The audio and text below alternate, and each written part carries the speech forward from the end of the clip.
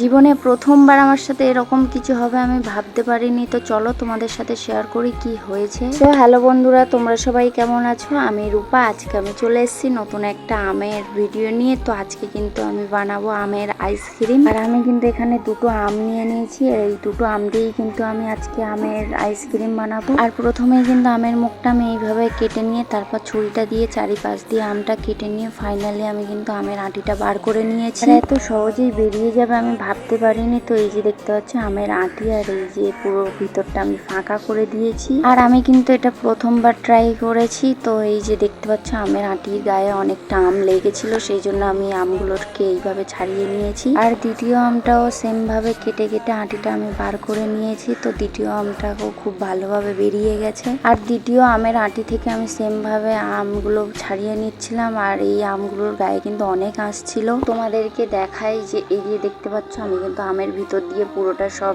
ছাড়িয়ে নিয়েছি। আর এই যে এতটা আম হয়েছে দুটো আম থেকে। তো যাই হোক, এখানে কিন্তু আমি দুধ নিয়ে নিয়েছি। তো আমি কিন্তু দুধটা আমের ওপরে ঢেলে দিচ্ছিলাম। তো এখানে কিন্তু আমার হয়ে গেছে। এবার পরিমাণ মতো আমি চিনি দিয়ে দিচ্ছিলাম যতটা লাগবে। আর আমার কোলের উপর মিক্সিটা নিয়ে ঢাকনাটা দিয়ে এবার যখন স্টার্ট করলাম, তোমরা এবার দেখো কি হলো আমার সাথে।